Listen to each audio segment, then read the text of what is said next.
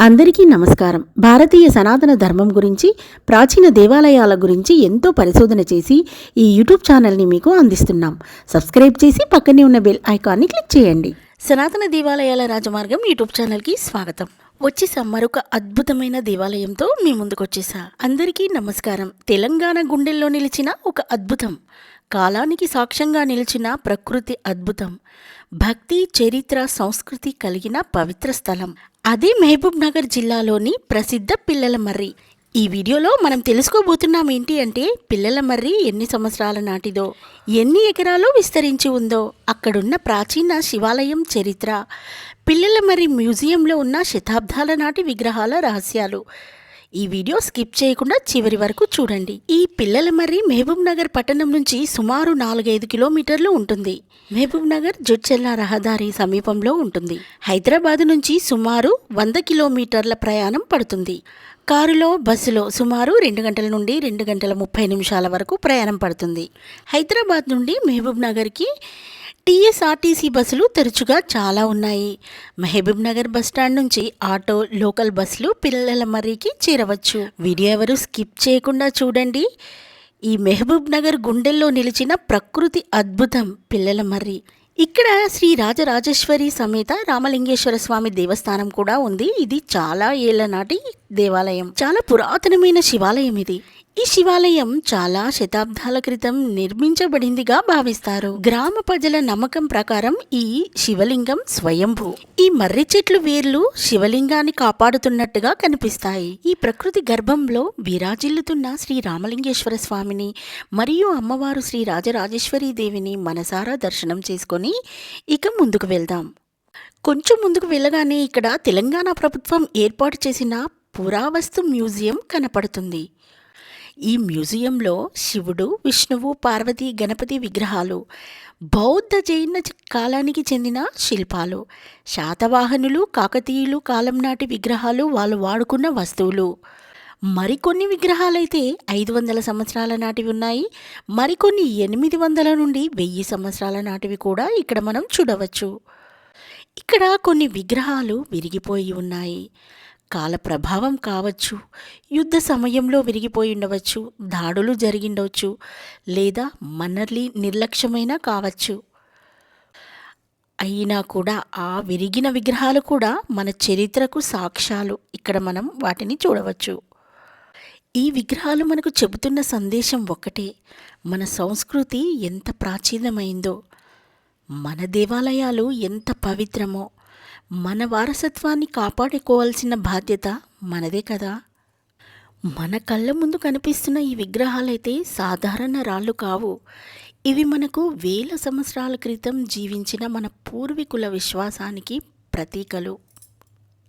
పిల్లల మర్రి వద్ద ఉన్న ఈ మ్యూజియం తెలంగాణ చరిత్రకు అద్దం పడుతుంది. ఇక్కడున్న విగ్రహాలు శాతవాహనుల కాలం నుంచి కాకతీయుల కాలం వరకు చెందినవిగా చరిత్రకారులు చెబుతున్నారు. కొన్ని విగ్రహాలు 500 సంవత్సరాల నాటివి ఉన్నాయి. మరికొన్ని 800 నుండి 1000 సంవత్సరాల నాటివి కూడా ఇక్కడ మనం చూడవచ్చు. చూస్తున్నారు కదా ఎంత పురాతనమైన విగ్రహాలు ఇక్కడున్నాయో. ప్రతి విగ్రహం శిల్పకళలో నైపుణ్యానికి ఒక సాక్ష్యం. శివుడి విగ్రహాలు లింగ రూపంలో, నటరాజ స్వరూపంలో, విష్ణు విగ్రహాలు 4 చేతులతో, శంఖ చక్రాలతో, అమ్మవారి విగ్రహాలు దుర్గా, పార్వతి, రాజరాజేశ్వరి రూపాలు.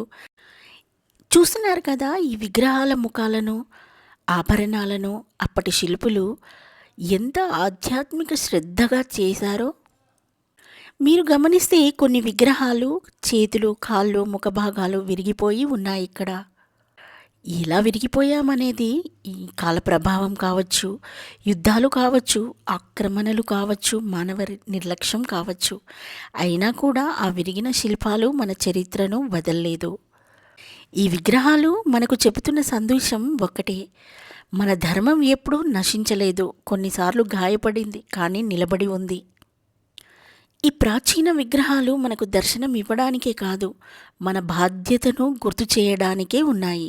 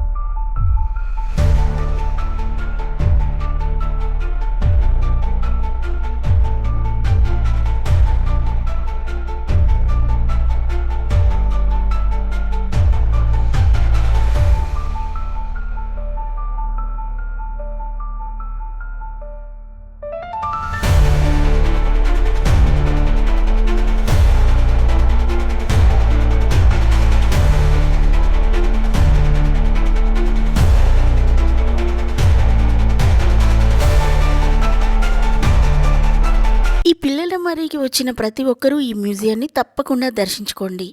ఇది మన భావితరాలకు చూపించవలసిన చరిత్ర. దీనిని కాపాడాల్సిన బాధ్యత మనందరిపైన ఉంది. ఈ మ్యూజియం చూసిన తర్వాత పిల్లల మర్రి దగ్గరికైతే వెళ్ళిపోదాం. ఈ మ్యూజియం నుండి ఇంకాస్త ముందుకు వెళ్తే మనకి ఒక గేట్ వస్తుంది రైట్ సైడు. ఇక్కడ లోపలికి వెళ్తే మనకి పిల్లల మర్రి అనేది గేట్ కనపడుతుందండి. లోపలికి వెళ్తే మాత్రం టికెట్ తీసుకోవాలి. ఒక్కరికి 10 రూపాయలు టికెట్ ఉంటుందండి. మేము నలుగురం వెళ్ళాము. 40 రూపాయలు పెట్టి ఒక టికెట్ తీసుకున్నాము.